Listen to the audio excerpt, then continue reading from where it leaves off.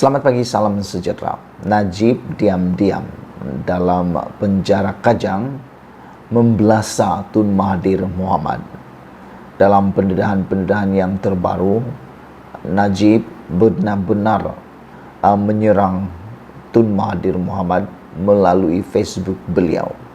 Kita tahu Najib tidak mempunyai akses untuk masuk dalam Facebook beliau. Namun admin di dalam Facebook Najib yang kita pun tidak tahu siapa, semakin hari semakin bijaksana pula. Kali ini beliau ataupun admin Facebook Najib menyerang Tun Mahathir Mohamad secara pribadi lagi. Ini kata-kata daripada Najib, dedahan daripada Najib yang menggemparkan kita semua. Walaupun Mahathir telah memerintah negara selama 22 tahun dan ada rahsia-rahsia tertentu yang kita tidak ketahui, Najib pula membongkar satu dapatan atau rahsia maklumat sulit yang memang kita tunggu-tunggu. Najib kata rupa-rupanya Tun Mahathir Mohamad hanya seperti tiang kayu sepanjang jadi Perdana Menteri yang keempat. Wah, ini memang sindiran, kecaman yang luar biasa. Bayangkan saja Tun Mahathir Mohamad disamakan dengan tiang kayu sepanjang jadi Perdana Menteri selama 22 tahun. Saya kurang setuju kalau dikatakan seperti tiang kayu. Kerana dari segi pencapaian, Tun Mahathir Mohamad tidak dapat dinafikan mempunyai pencapaian luar biasa sepanjang menjadi Perdana Menteri selama 22 tahun. Sehingga kan ada juga netizen yang cuma menyindir dan membalas Najib apabila Najib kata rupanya ketika Tun Mahathir menjadi Perdana Menteri keempat, dia hanya cuma tiang kayu. Ada yang menyindir Najib menjadi Perdana Menteri sepanjang jadi Perdana Menteri tidak menjadi tiang kayu tetapi menjadi penyamun, kata mereka. Saudara-saudara sekalian, perang membabitkan dua bekas Perdana Menteri di media sosial berterusan dengan terkini. Datuk Seri Najib Razak meminta Tun Mahathir Mohamad berhenti daripada terus menggunakan sentimen Melayu sebagai tunggangan. Najib menerusi hantaran di Facebook berkata, sudah tiba masanya untuk Mahathir berhenti menggunakan orang Melayu untuk meneruskan agenda politiknya. Najib berkata, bila tiada kuasa, Melayu dipinggir, Melayu ditindas, jom buat proklamasi. Bila ada kuasa, Melayu malas, Melayu mudah lupa, Melayu tak pandai berpolitik, Melayu perlu ikat perut. Jangan iri hati orang kaya termasuk kroni-kroni bukan Melayu. Anak-anak saya contoh Melayu pandai berniaga, kata Najib lagi. Cukuplah. Jangan tunggang nama orang Melayu lagi, kata Najib melalui muat naik semalam. Melalui satu lagi muat naik hantaran di akaun Facebook sama, Najib menyindir kenyataan dibuat Mahathir yang menyatakan ops lalang yang berlaku ketika dirinya menjadi Perdana Menteri bukan atas arahan beliau. Tragedi Memali, dia salahkan Tun Musa Hitam. Pemecatan bekas tuan yang di-Pertua Mahkamah Persekutuan, Tun Saleh Abbas, dia salahkan Abu Talib, bekas Peguam Negara, Tan Sri Abu Talib, dan yang di Pertuan Agong. Hari ini, tangkapan besar-besaran ISA, Akta Keselamatan Dalam Negeri 1960 di bawah Ops Lalang, dia salahkan Tun Hanif Umar. Semua bukan salah dia. Rupa-rupanya dia cuma tiang kayu sepanjang 22 tahun dan dia jadi Perdana Menteri, kata Najib lagi. Terdahulu, Mahathir ketika mengulas melalui Ops Lalang berkata, sebagai Perdana Menteri beliau perlu mendengar pandangan polis kerana mereka bertanggungjawab atas keselamatan negara. Pandangan dan nasihat mereka iaitu polis tidak boleh ditolak begitu saja, kata Mahathir.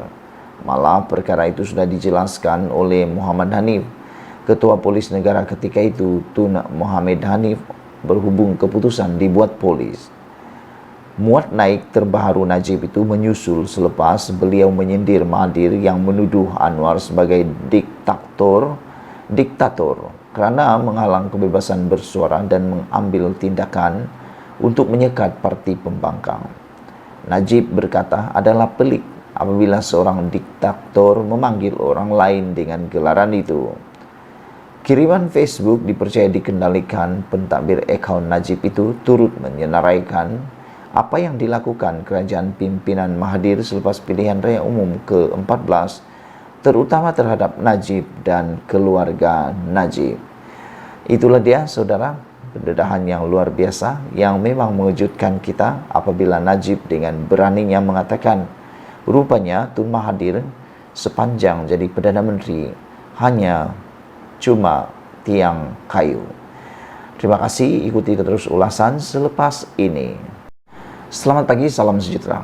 Ini satu berita baik yang kita tunggu-tunggu untuk Anwar Ibrahim dan Kerajaan Perpaduan. Kalau selama ini ada orang sibuk meramalkan Kerajaan Perpaduan ini tidak mempunyai hala tuju, Kerajaan Perpaduan ini kononnya mereka tidak akan kemana dan tidak akan bertahan lama.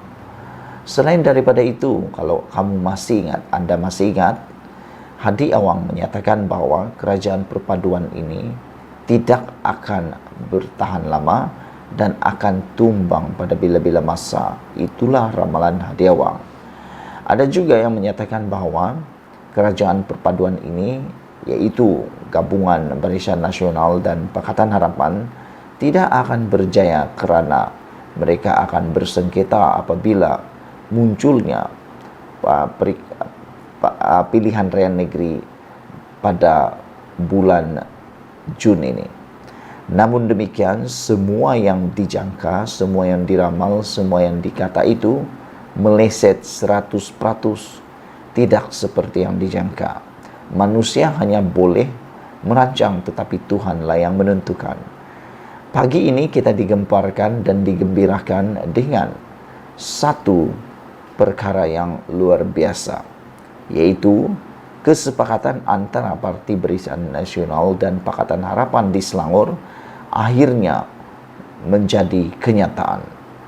Hari ini disahkan Barisan Nasional dan Pakatan Harapan Selangor mencapai kata sepakat pertahankan kerusi asal dalam pilihan raya negeri. Wow, ini memang satu pencapaian keberhasilan yang amat membanggakan dan luar biasa.